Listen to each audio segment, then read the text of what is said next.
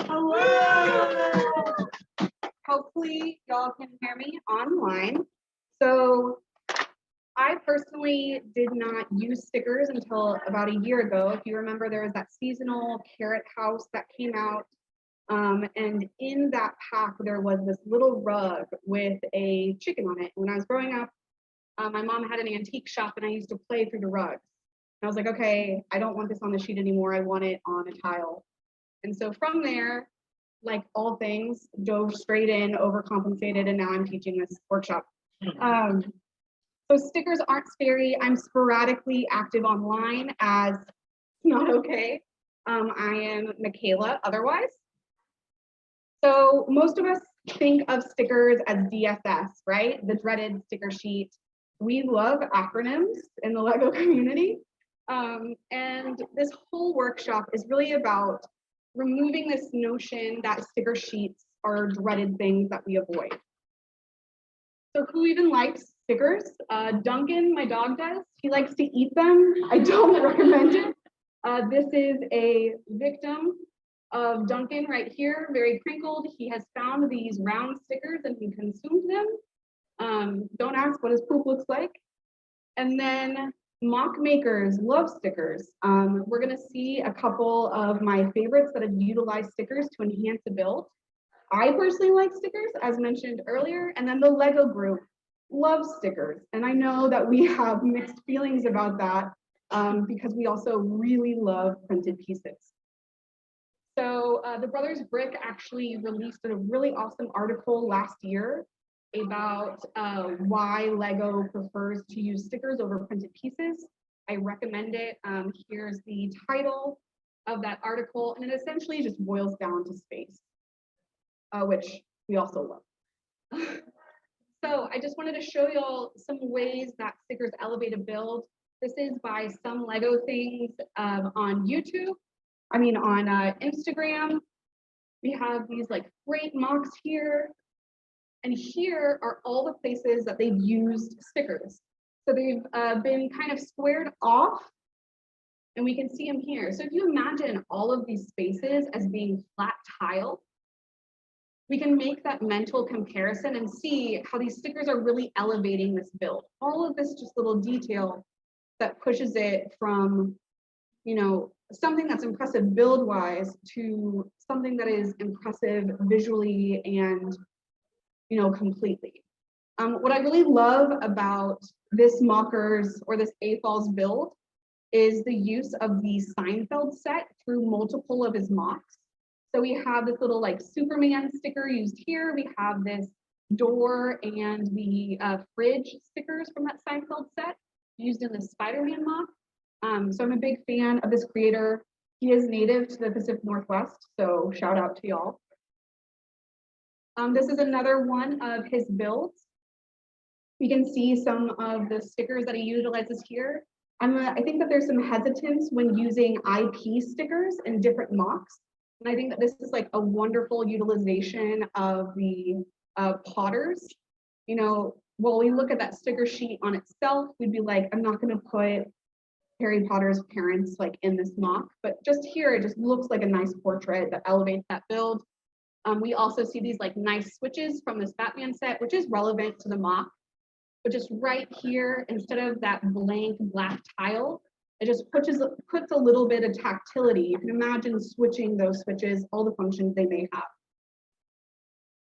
This is from one of my lug mates from TechSlug, Brian Lassiter, big Blacktron fan.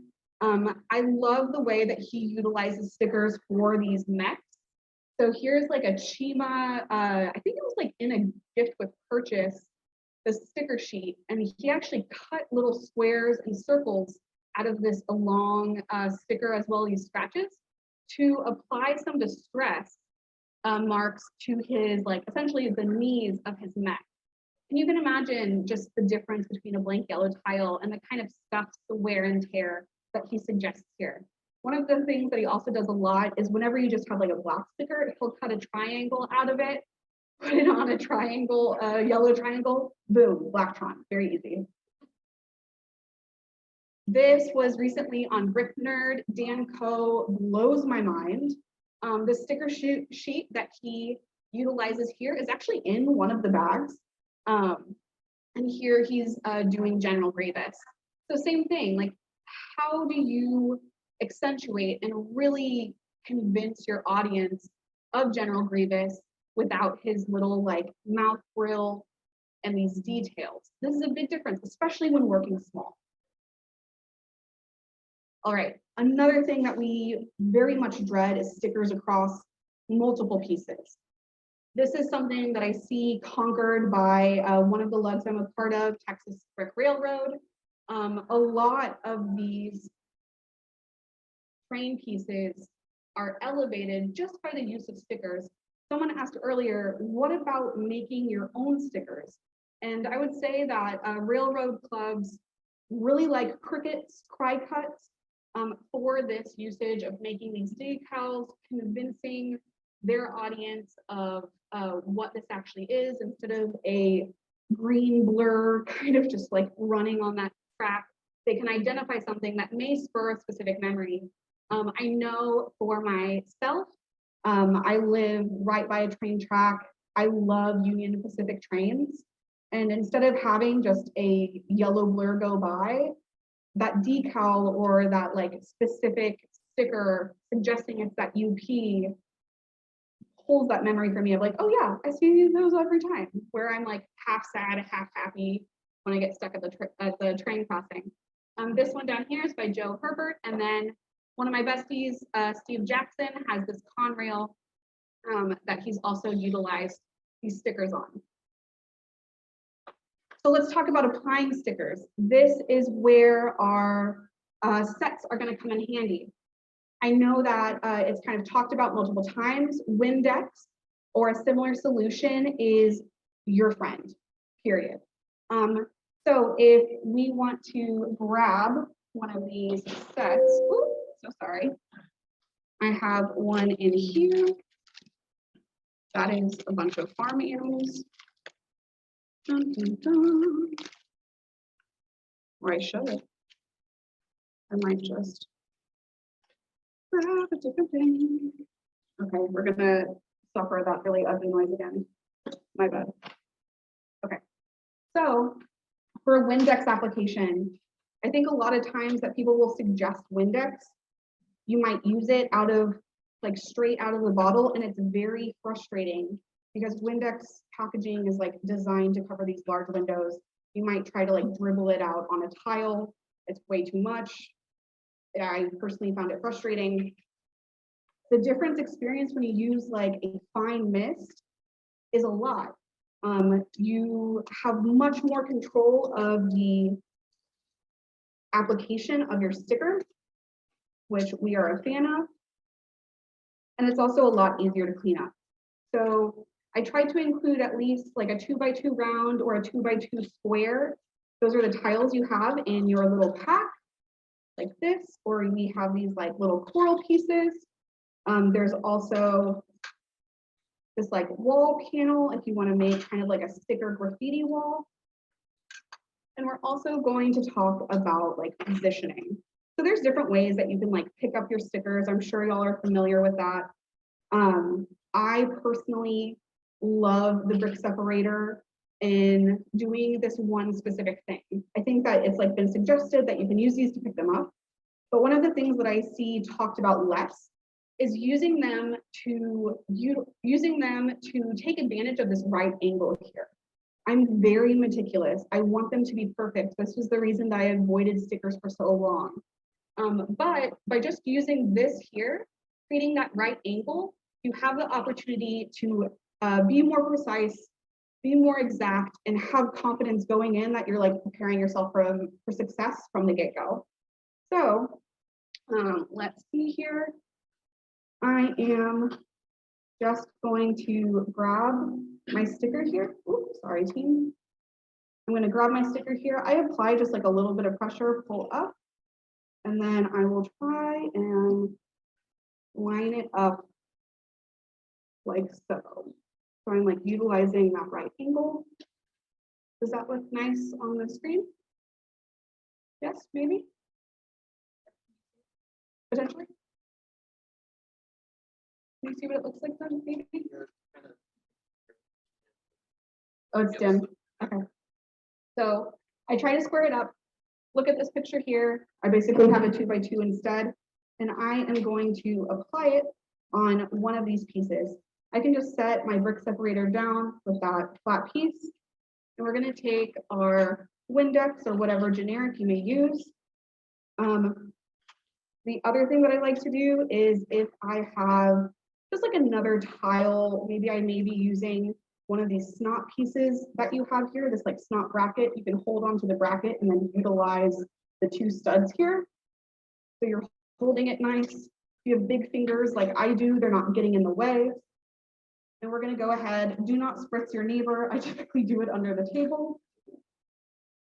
Might need a couple of pumps. You also have a little Q-tip. If you feel like it's a little excessive, you can like clean it up and you just want to fine mist on there. Now using this, Brian, using this fine mist, essentially what Windex does is it lengthens the time that you can mess with your sticker, getting that placement right. I really think that practice makes closer to perfect. And one of the reasons we avoid stickers is because when we actually interface with them, we're building a set that we spent a lot of money on and we want it to be perfect. And so instead of just like tackling the sticker sheet, incorporating in the build, you're like, okay, I'd rather just like leave those off later. I'm not going to compromise it being wonky. But here practicing, you have this little set, you can figure that out together. So I have my Windex on there. I've been talking too much, so I'm going to spritz a little more. And then we can apply this sticker with our brick separator. And you can kind of edge it up in a nice way. I typically hold it down with one of my fingers. If I'm using another tweezer, I can do that. And what that Windex does is it creates a little bit of surface tension so that sticker will slide around and you have more time to kind of finagle it into place. So I like this. It's pretty snazzy dazzy. I'm happy with it. I know it's going to be dim. You can find it? Yeah, perfect. So we can kind of like see here, I've squared it up nicely. I'm happy with it. I'm using that bracket so I have like my big fingers can kind of handle it more easy instead of fighting with the edges. So we've used our Windex application. We've used our brick separator. We know how we can square it up. In here, the other thing we have, if you're using 1x2s, even 1x4s, 1x1 stickers, that brick separator can be kind of clunky. So I've included this tiny little wrench. And on there, there's that tapered edge of that wrench. If you have like some tinier pieces in y'all's bulk pack, or if I specifically really like using the wrench if I'm getting into the recess of one of these panels, I can kind of like place it delicately in there. That's one of the uses that I like for that little wrench if you do want to play with smaller stickers. And then for the last part of applying stickers, I want to talk about the round sticker tricks. I've made this mistake too many times. So when applying round stickers, I highly recommend placing your sticker on something like a snot bracket. Placing your tile, your round tile on something like a snot bracket. Because it is a round tile, go ahead and place it on the side that has two, just like you did with the other one.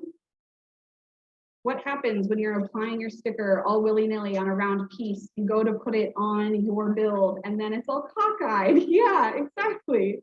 So doing this is just like one little trick that we can make sure we're like preparing ourselves for success, right? In this visual placement. So I have a little Rancor sticker here. You see that Rancor sticker? I'm going to place it on a bright coral 2x2 round.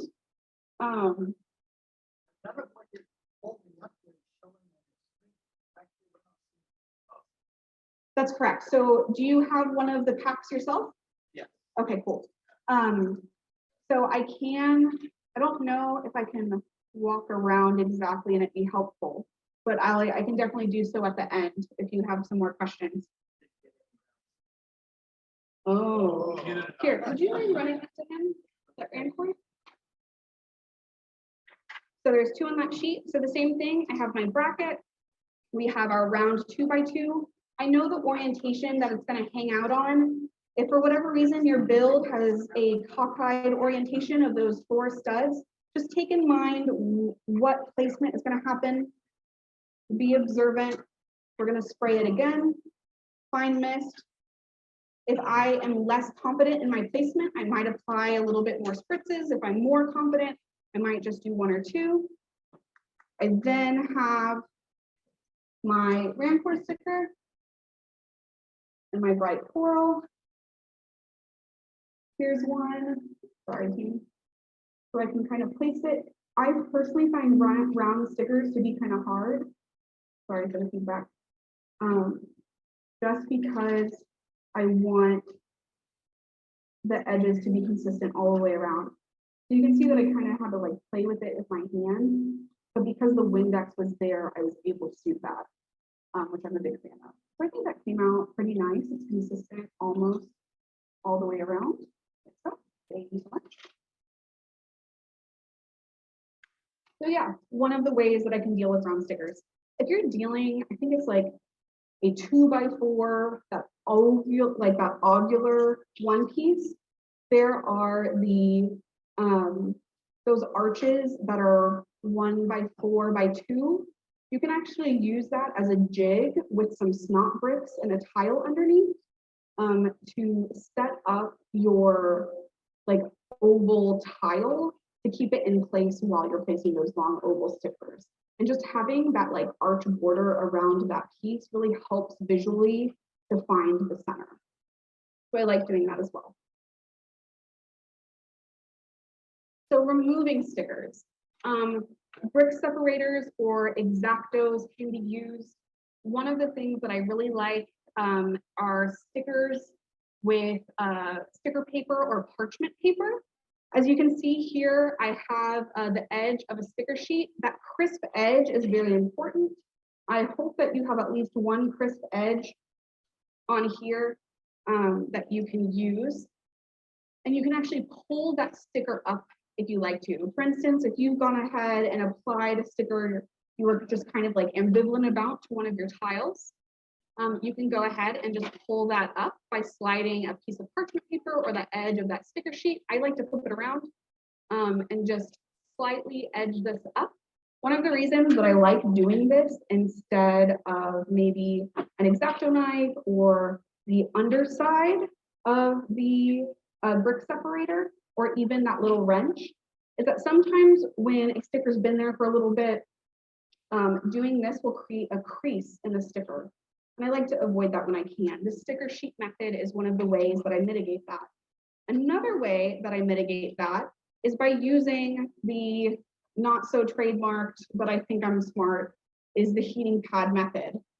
So I'm sure you'll have seen people use hair dryers. I think I saw like a British YouTuber use like a cup of tea, like a warm cup of tea, and they rolled that sticker on there. Different things. One of the things I don't like about those methods is that I'm not doing other things while it's warming up. It takes a little bit of time. So if I have a bunch of pre-stickered items, I want to be building while those are heating up. The heating pad is one of my favorites for doing that. You can place it on high. It's not going to burn your stickers. And what it's doing, it is just heating that adhesive. So if I could have a couple of volunteers, I guess just 10 folks that want to walk down here. Is that cool? No? I'll pass them out. If you want to walk down, I'll hand you one of these stickers that have been heating up since the beginning of our talk. Just grab any of these guys here. Yes, please report back to the group. The two round ones, I think, are imperial symbols if you care. There you go. Republic, thank you. They were face down, guys. That one has not been heating, sad to say. But you can pick it up later when it does heat. Dun, dun, dun, dun. Look how cooperative our audience is. We love to see it. Dun, dun, dun, dun. Yeah. You're doing a license plate, Brian. Okay. Alrighty. So this is going to have this heated edge.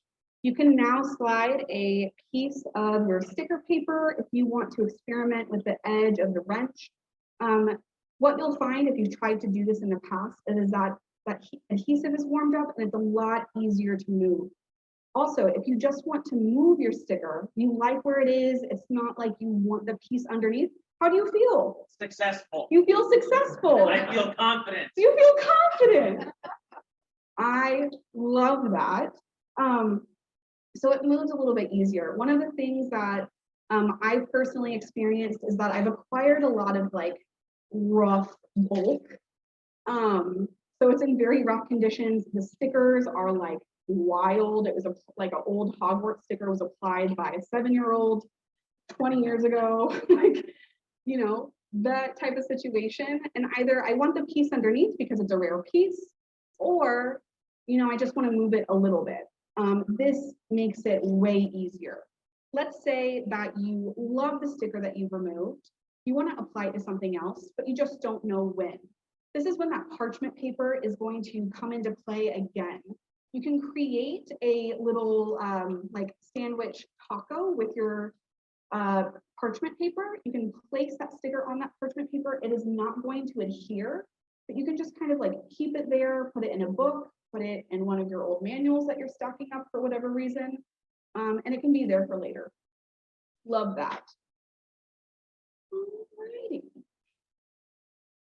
This was one of the salvageable stickers from the sheet that Duncan got a hold of. So he was very kind in saving that for me. And speaking of saving stickers, we're going to talk about cleaning methods. A lot of people, myself included, will just dump their bulk Lego into a bathtub, maybe throw it in a bag, put it in the washer. There's lots of methods, but it essentially all includes massive amount of soapy water. If you are interested in saving your stickers, you may have bulk that's 20 years old. Some of those sticker sheets go for a premium price. I looked on BrickLink and I think like the most expensive sticker sheet I found was going for like $150. I have found some of those expensive like stickers that are a part of that sheet. Like the original Hogwarts Express is one that I'm thinking of in particular. They were placed, and instead of just like dumping it all into the tub, covering it in Dawn dish soap, I went ahead and picked out those sticker pieces first. The reason that you do that is because once they are in that water, they start to break down. That adhesive breaks down. You know, sometimes that sticker itself starts to weather, it'll tear. It's a messy situation. Put some Windex on it instead. I am from my big fat Greek wedding. This is me here. You can put Windex on it if you want it to slip and slide, you want that surface tension, application help. Also, Windex is an amazing, or some glass cleaner alternative, a generic. I sound like a salesperson. Put it on to clean. I actually bought, I didn't purchase, it was given to me, a whole bunch of Lego that had made it through a house fire. Very sad situation, but this person, you know, it was traumatic. They wanted to give these bricks away. About half the bricks were salvageable, had very minimal smoke damage. Windex was able to get rid of a lot of that smoke damage. I was very impressed. I tried peroxide, I tried Dawn dish soap, tried other things. This was helpful for me.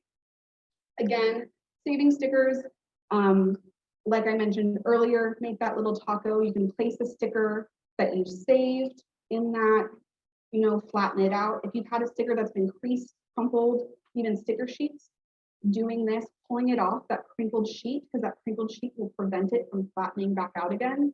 This is another way that you can save it. And then let's say that you have acquired a sticker, maybe you didn't comb through your bulk finely enough, it made it into that soapy water, but it hadn't disintegrated yet or whatever. the adhesive is gone. Spray fixatives, it's really a spray adhesive that you're going to be looking for. 3M makes one, Elmer's makes one. You can find them at Michael's, Hobby Lobby, whatever. You can just place your sticker down on some parchment paper face down, spray that spray adhesive down, and you have that tacky sticker type adhesive again that you can go ahead, use your Windex method again, and you can apply that sticker. Yes, Kyle. I was going to comment on the 3M stuff. It comes in different strengths. Yes, it does. The strongest stuff, not good. Not good. The Elmer's is great though. Yes, it is. And the weaker 3M stuff. I think that weaker 3M is maybe like something 77. 70, 77, or the, you don't want to go anything with 8 or above. No, 8s or above. 77 or below team. So yeah, spray fixatives. This is also one of the things that a Justin Sluter from Texlug has recently used. You know, it's not system, but has used newspaper clippings for some really cool graffiti effects on his buildings, or like ad effects for different like companies that he's made. That spray fixative, put it on DIY sticker.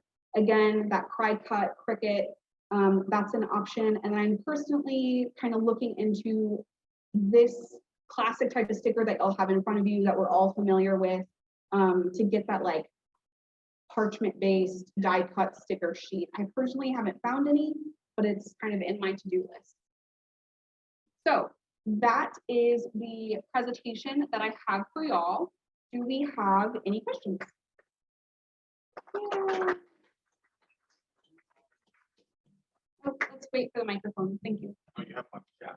Oh, we have sticker. Yeah. We have. Is it cool if we alternate? Hi, I have some 1970s era idea books from when I was a kid. I never used the stickers, and I tried to pull one off recently and actually use it. And it was a nightmare. Yeah. And it was destroyed. Do you have any suggestions on how to get those stickers off safely and use it? Can I try this heating pad method, do you think? Is that going to work after all this time? Did you I have? haven't tried anything. I just tried to pull it up and It was a failure. It was overwhelming. Yeah, so those super old school stickers, I imagine that you tried to pull it up, the parchment was connected. Yeah, you felt like you ruined your sticker. Definitely, I personally haven't tried it. I have used the heating pad to remove very old stickers, like 70s, early 80s era stickers off of bricks, and I was successful. So if it's removing that type of adhesive off of the plastic, I'd hope that it would remove that type of adhesive from that parchment paper that was stuck to. If you don't mind the like whatever millimeter difference in thickness, I would also recommend, like, if that sticker in particular you've held on to, try one of those adhesive sprays. Even though there's parchment on the back, that is an option. Can we get a question from online? Yeah, a question from online. I don't have the sticker packet you gave out. Where do you recommend getting a small spray bottle? Oh, Amazon is your friend. That's personally where I got mine. You can also find little spray bottles like this in the like Walgreens or grocery store, that travel area. You can pick those up pretty easy and they're cheap. Another in-person question.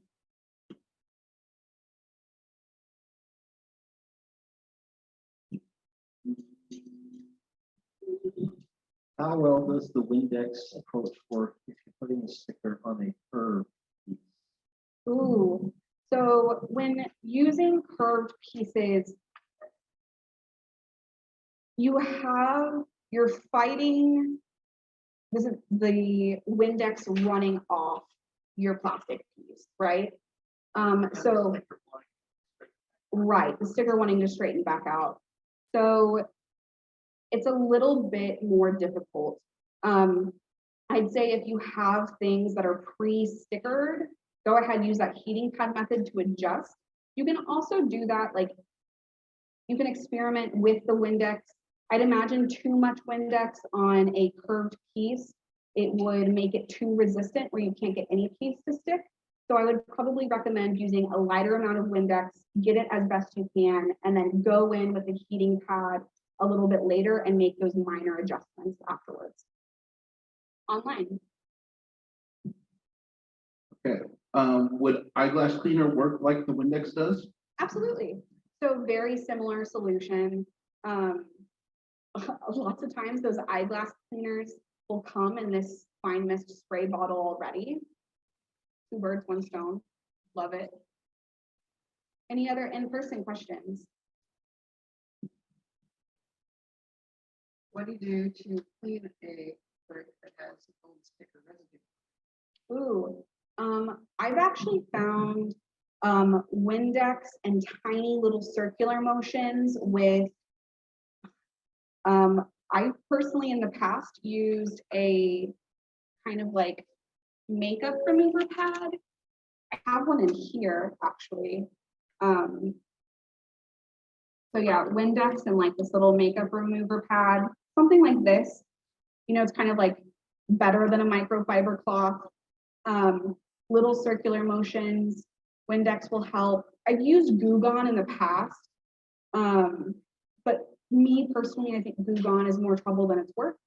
But if you feel like you're confident using it, it's too viscous for me. I kind of am like, you know, that works really well as well.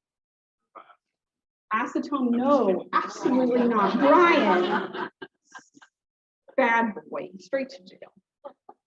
Another online. No more online questions? In-person questions? Yeah. Not necessarily. Oh. A microphone or not. Yeah, let's wait for the microphone for folks online. So I was gonna say, in personal experience, the eyeglass cleaning kit is one of your best friends because not only does the eyeglass spray have less ammonia in it than Windex normally does, but the eyeglass cleaning cloth is also really good for removing that residue. from those sprays as well. Wow, Zowie. Yeah, it's like a 2-for-1. Kyle.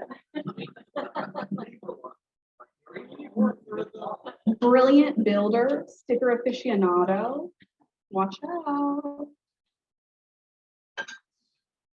Any other questions? I'll also accept stories. Kind of a quick talk. You can also, you're like more than welcome to comb through what other stickers are here if you'd like. You can switch stickers with folks amongst you if you'd like. Any other, just whatever the vibe is. Yes, in the back.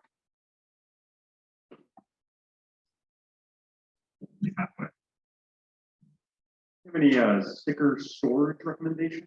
Right now, I think I've got all mine stuck in like a plastic photo binder pages.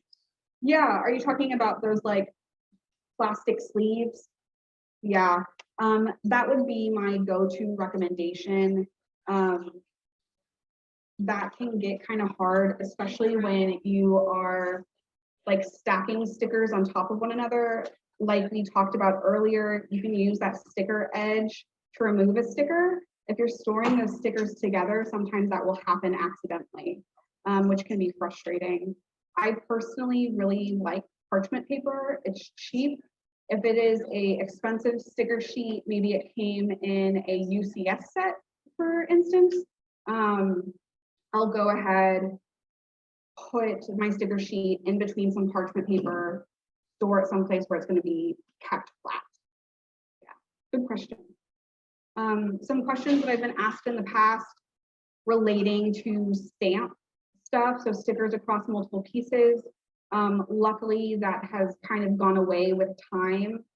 I have experimented with using like E6000 very thinly to actually bind two pieces together. Like I'll remove the sticker with the heating pad method. I'll bind them, kind of fill the seam with that E6000, let it dry, and then I'll go back and apply that sticker. Another thing that is very common for those older stamp situations is actually just taking an X-Acto. We don't have any kids here. Maybe there are kids online. Ask your parents. And they will actually just like cut a seam down down the sticker. If I go back, I kind of talked about TBRR and not really stamp, but we can see here that there's like some serious stickers across multiple parts situation here. Like I can see it where I'm at, and maybe these folks online can see it. But you can, one of the problems when using these like big stickers is bubbling. That is super frustrating to me. Applying stickers, period, doesn't matter where there are. Windex is going to help with that bubbling. You can go ahead and like scoop those bubbles out so you have that more flat surface. And I mean, you can do that with any sticker anywhere, Windex or like Kyle said, that eyeglass cleaner. But yeah. Any other questions? Whew. Thank you so much for attending. If you came in late, didn't grab one of the sticker sets, come and grab one. If you want to trade, you can, whatever the situation may be. Thank you, thank you.